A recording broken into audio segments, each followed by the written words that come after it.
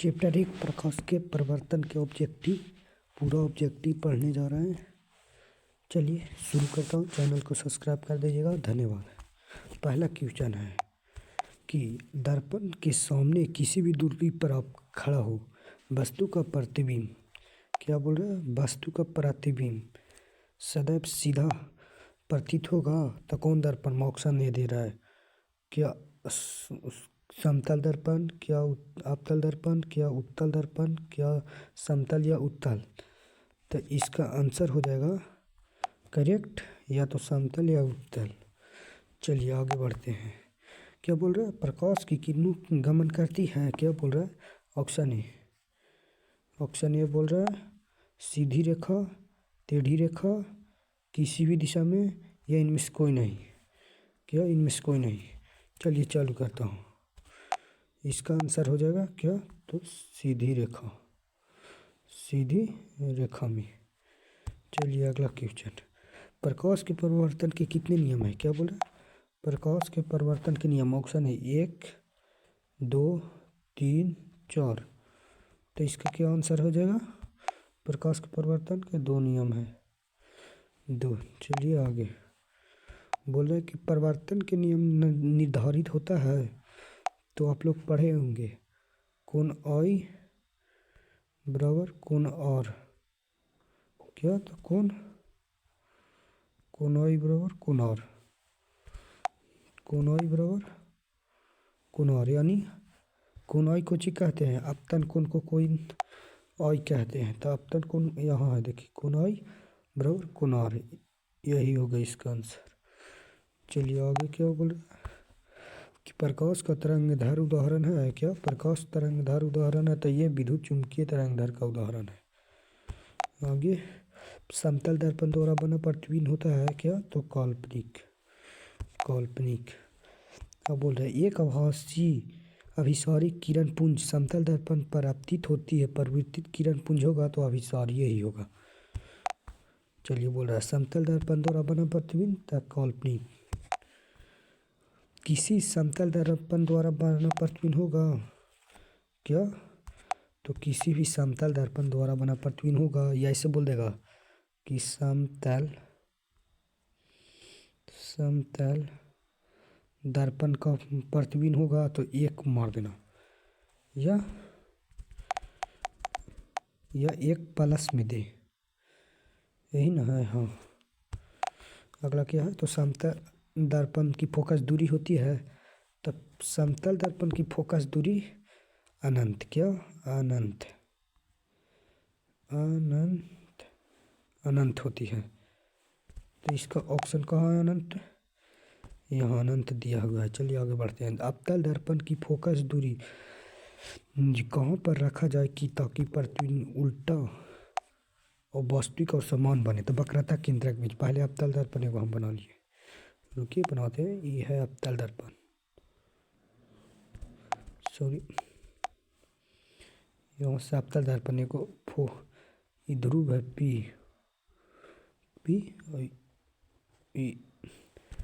डंटा तिराही नहीं रहा, यह है सी, यह है एफ।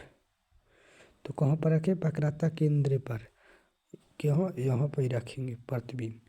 तो बनेगा कैसा जानते हो, उल्टा,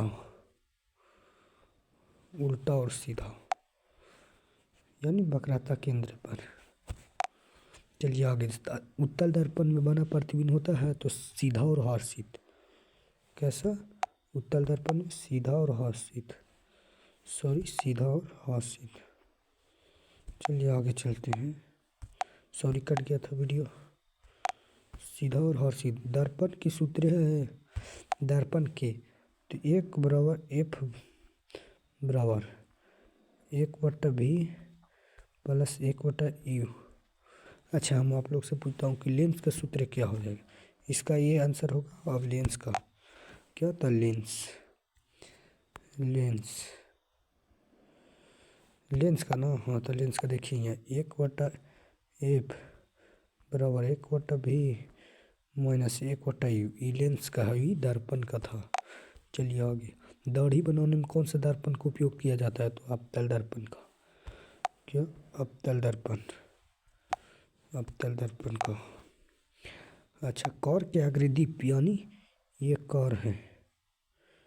क्या है ये कौर? ये हम कौर बना दिए। इस क्या कौर जिस एती इसका आगे लगल होता है न, एती पई लेटवा एती, ये कौन दर्पण का उपयोग होता है? तो अवतल दर्पण का। क्या? तो अवतल दर्पण का। चलिए आगे। और बोल रहा है किस दर्पण का उपयोग कार के पक्ष दृश्य देखने के लिए, यानी एक गाड़ी है तो इतनी लाइट लगा रहता है, हेडलाइट, तो पीछे गाड़ी को देखने के लिए हमें किस दर्पण का उपयोग होना चाहिए? तो उत्तल दर्पण का। क्या? तो उत्तल दर्पण का। चलिए, नई कार्तिक परिपटिया के अनुसार दर्पण के सूत्र, दर्पण बोल दिया है देखिए यहाँ। क्या इसमें इम्पोर्टेंट है कि यहाँ दर्पण लगा दिया, इसलिए माइनस हो जाएगा, माइनस में तो ऋणात्मक। क्या? तो ऋणात्मक। अच्छा, बोल दिया है निम्न से किस दर्पण की फोकस दूरी धनायन होती है? किसका धनायन होती है आप बताइए? तो उत्तल दर्पण की फोकस दूरी धनायन होती है, धनायन। फिर यदि किसी बीम से प्रतिबिंब अवधान ऋणात्मक, तो ऋणात्मक में बोले न वास्तविक और उल्टा बनेगा, तो उल्टा, वास्तविक और उल्टा। अच्छा, दंत विसेचन के लिए किस दर्पण का उपयोग किया जाता है? तो अवतल दर्पण का। किस दर्पण का? अवतल दर्पण का। या बोल देगा डॉक्टरी क्षेत्र में किस दर्पण का उपयोग किया जाता है? तो अवतल दर्पण का। अब बोले एक प्रयोग द्वारा अवतल दर्पण के लिए किसी बीम का प्रतिबिंब पर्दे पर प्राप्त किया जाता है तो दर्पण की फोकस दूरी निर्धारित करिए। ये 2018 में पूछ दिया है। तो ये भी दोनों, ये भी दोनों, ये भी दोनों। अब गोलीय दर्पण का।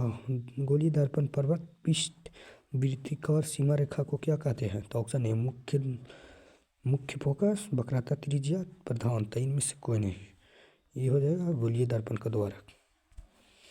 गोलीय दर्पण का द्वारक मीन्स कौन उत्तल दर्पण की फोकस दूरी जिसकी वक्रता त्रिज्या 32 है, यानी बोल रहा है इसमें त्रिज्या r बराबर क्या, r बराबर 32 है, तो f बराबर r/2 कौन पढ़ा है?